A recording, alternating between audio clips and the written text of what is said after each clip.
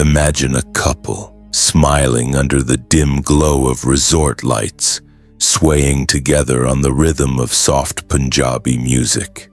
The air is filled with laughter, the clinking of glasses and the warmth of two people rediscovering their bond after years of routine. To anyone watching, they look like the perfect family couple, a husband and wife who, despite busy lives, have found time to be together again. But what if I told you this night, which began with romance and joy, would soon turn into a nightmare that would shake an entire city? What if I told you that the smiles you see in that video are the last smiles they would ever share? The story begins in Ludhiana, Punjab, inside a well-off household. The man is Anokh Mittal, a 35-year-old businessman. He owns a successful battery distribution business and is well connected in politics, being an active member of the ruling Aam Aadmi Party. Known as wealthy, influential, and respected, Anokh is the kind of man who seems to have everything: money, power, and recognition. By his side is his 32-year-old wife, Manvi Mittal, lovingly called Lipsi. The couple had been married for nearly 13 years, since September 2012. Together, they had built what looked like a picture-perfect life, blessed with 2 children, a 12-year-old daughter and a 10-year-old son. The family lived comfortably in Ludhiana's Naulaka colony, sharing a home with Anokh's parents. By all accounts, their life was prosperous and complete. But as every true crime story reminds us, appearances can deceive. Behind the polished image of wealth and respectability, cracks were slowly widening in the Mittals' lives, cracks that no one in their family or community could see. On the surface, this was just another night of celebration for a couple. But for one of them, it was much more than that. It was February 15th, 2025, a Saturday night. After a long time, Anokh and Lipsi decided to spend an evening alone without children or family. They drove about 25 kilometers from their home to Vimax Resort, located near Pohar village on Malarkotla Road. It was meant to be a romantic dinner date. The place was lively that night, filled with music and laughter. The couple danced together, recorded videos, and even uploaded WhatsApp status updates. For many friends who saw those statuses, it was unusual. Anokh had never before showcased his personal life like this, never danced so openly with his wife in 13 years of marriage. But on this night, something seemed different. He appeared happier, more expressive, almost as if he wanted the world to notice how much fun they were having. At 10:47 p.m., he uploaded their dance video. Later, around 11 p.m., he shared clips of their dinner. Guests at the resort recalled seeing them laughing, eating, and enjoying every moment as if life had given them a second honeymoon. Midnight approached, and their evening of joy slowly wound down. By 12:15 a.m., the couple left the resort in their Maruti RS car, music still playing inside as they drove into the quiet, chilly February night. Neither of them knew, or perhaps only one of them knew, that danger was waiting just a few miles ahead. Barely 8 minutes later, their car reached a lonely stretch near Rudka village, close to the Sidwan Canal Bridge. The road was deserted, surrounded by silence and thick darkness. Suddenly, Anokh pulled over to the side of the highway. He told his wife he needed to use the bathroom urgently and stepped out, instructing her to stay inside the car. It was around 12:30 a.m. With the road empty and the night eerily still, his figure disappeared into the shadows near the bushes. That's when everything changed. Two vehicles screeched to a halt nearby, breaking the silence of the night. From them emerged 5 or 6 heavily built men carrying sharp weapons. They rushed toward Anokh, attacking him violently. Startled and terrified, Lipsi rushed out of the car to protect her husband, but before she could react, the attackers pressed a cloth against Anokh's face. According to him, it smelled of chemicals, making him dizzy and weak. Within moments, he collapsed near the roadside, losing consciousness. The night of laughter had turned into a scene of chaos. When Anokh regained his senses about 20 minutes later, he was barely able to stand. His body ached with pain. His head felt heavy and his surroundings were dark and silent again. The road was empty, his car was gone, and so were some of his ornaments. A gold chain, a ring, and his belongings. He called out for his wife, panic rising in his voice. To his horror, a faint reply came from a few steps away. Dragging himself toward the sound, he found Lipsi lying on the ground, drenched in blood. Her jewelry was missing, her phone gone, and her body bore wounds too brutal for what seemed like a robbery. Anokh screamed for help, waving at passing vehicles, but no one stopped. Desperate, he cried into the cold night until finally the owner of a nearby roadside eatery heard his shouts. The man rushed over, shocked at the sight before him, and immediately called the police. By 1:10 a.m., a police control van had reached the spot, quickly transporting the couple to the hospital. But fate had already delivered its cruel blow. While Anokh survived with relatively minor injuries, Lipsi was declared dead soon after arrival. By 2 a.m., relatives and friends were informed. Shockwaves spread through Ludhiana. Hours earlier, this couple had been seen celebrating, dancing, eating, and smiling. Now one was lying in a morgue, and the other was weeping uncontrollably, claiming his entire world had been destroyed. Outside the hospital, crowds gathered. Party workers, relatives, supporters, and eventually media cameras, all demanding answers. Who were these attackers? Why would anyone target a respected businessman and his wife on a lonely highway? Was this just a random robbery gone wrong? Or something far more sinister? As dawn broke over Ludhiana on February 16th, whispers began spreading across the city. The mystery deepened when doctors revealed an unsettling detail. The injuries on Lipsi's body were not just signs of robbery. There were more than 25 wounds, 13 of them around her head. Could simple looters inflict such brutal violence when all they wanted was money and jewelry? Or was there a darker truth hiding beneath the surface of this so-called highway robbery? And so, what began as a romantic evening ended with tragedy. But the real story was only beginning. Police were about to uncover secrets that would shatter everything people thought they knew about the Mittal family. Because sometimes the most dangerous enemy is not a stranger on the road, but the one sitting right next to you in the car. The morning after the attack, Ludhiana awoke to disbelief.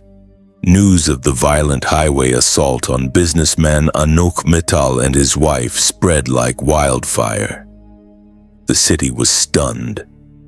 How could such a brutal crime occur on a busy highway, right under the nose of law enforcement? By noon, hundreds of people had gathered outside the hospital chanting for justice.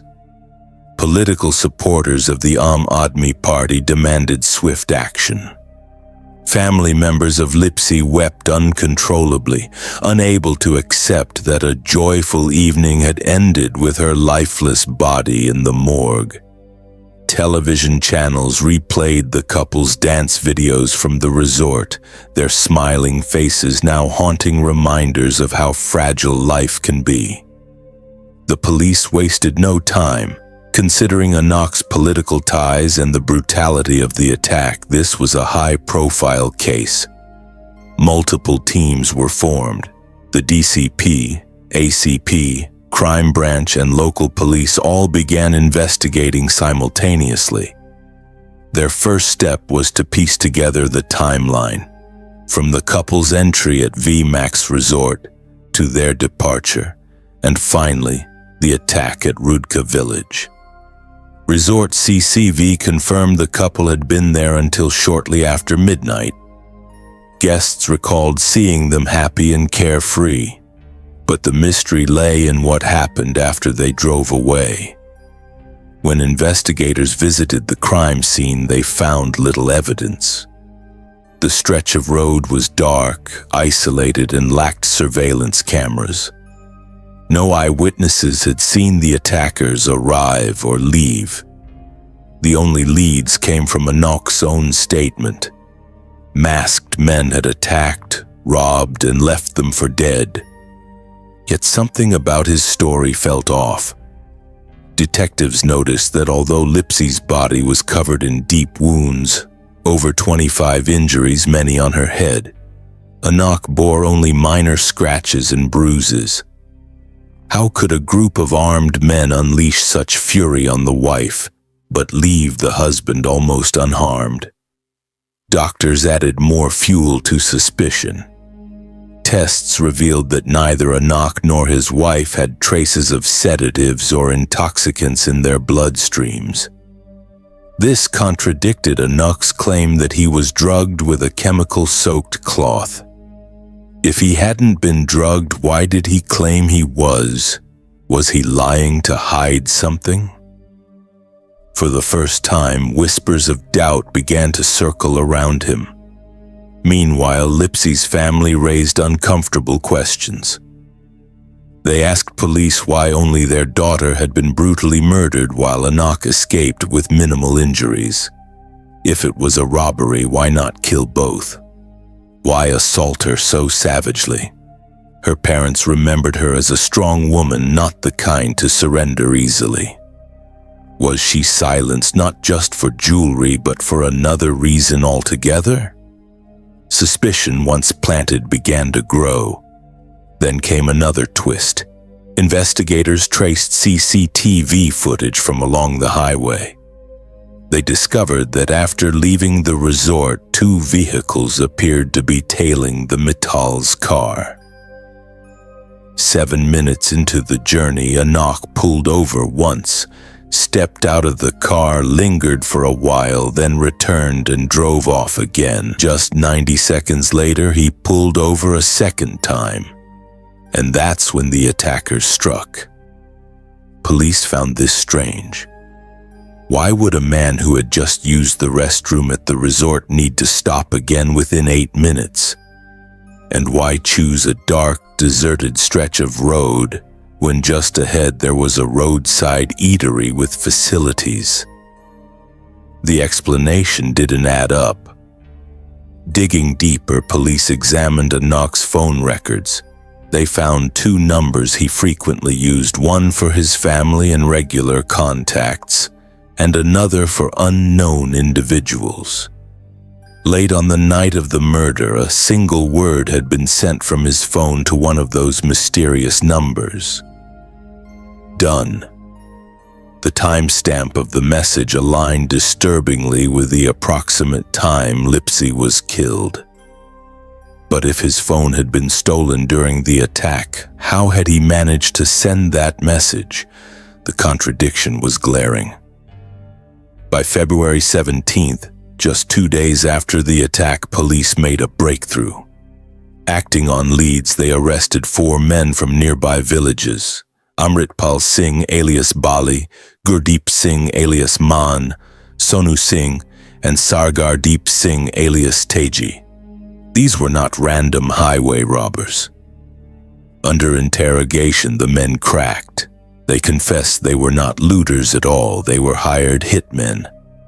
And the person who had ordered the hit was none other than Anokh Mittal himself. The revelation sent shockwaves through the police ranks. A respected businessman, a political figure, a husband who had wept for his wife on live television.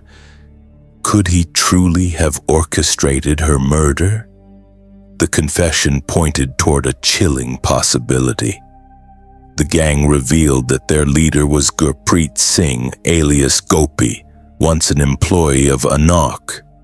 It was Anokh who had reached out, offering them 5 lakh rupees to eliminate his wife. They admitted they had already received an advance of 2 lakh rupees.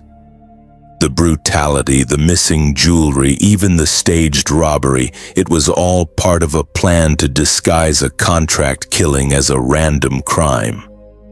But why would a man destroy his own family, his children's mother, the woman he had spent 13 years with? The answer, police suspected, lay in a name that kept appearing in Anokh's phone records. A young woman named Pratiksha. She was 24, once an employee at Anokh's shop, and according to messages, much more than just a colleague. Could this hidden relationship be the real motive behind the carefully staged murder?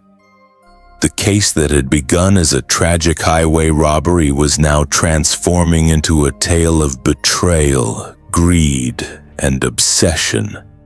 The cracks in Anokh's story had widened into gaping holes, but the police still needed hard evidence to nail him, and as they dug deeper, they uncovered secrets that were darker than anyone could have imagined. Because behind the tears he shed in public, Anokh Mittal was hiding a truth that would not only shock his supporters and family, but also destroy the lives of his own children. The arrest of the hired killers ripped open the case, but what followed shocked everyone even more. The confession made one thing clear: this was no random crime.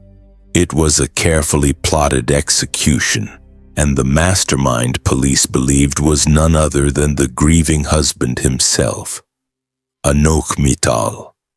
But why? Why would a man so successful, with a thriving business, political influence, and a loving family, risk everything to orchestrate his wife's death? The answer lay in a young woman named Pratiksha. Just 24 years old, she had entered Anokh's life in 2021 while searching for a job. He offered her employment, but their professional relationship soon turned into something much more personal.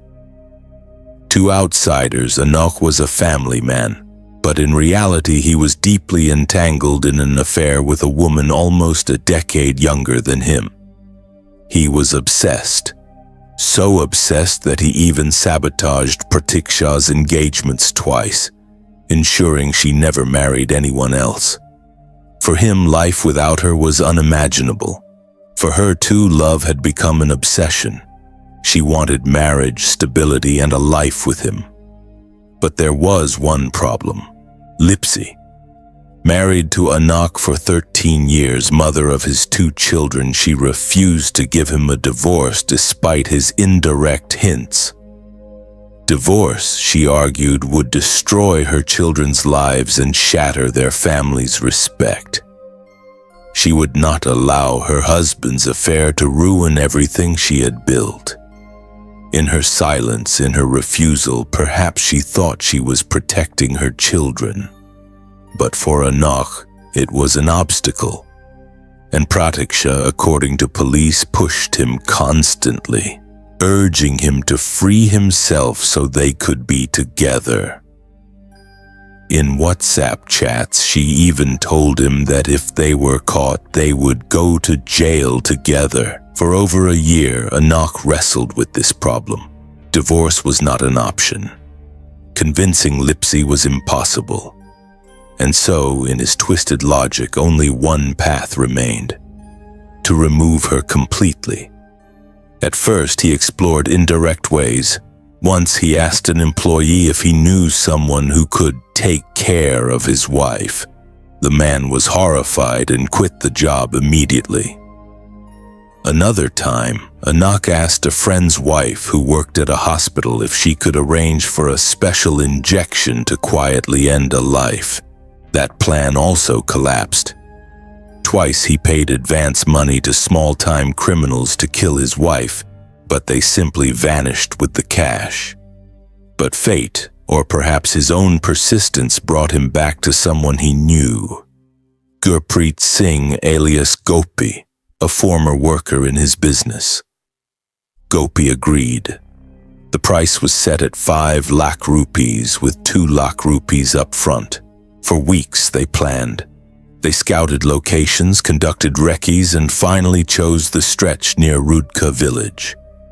Dark, desolate, and without cameras.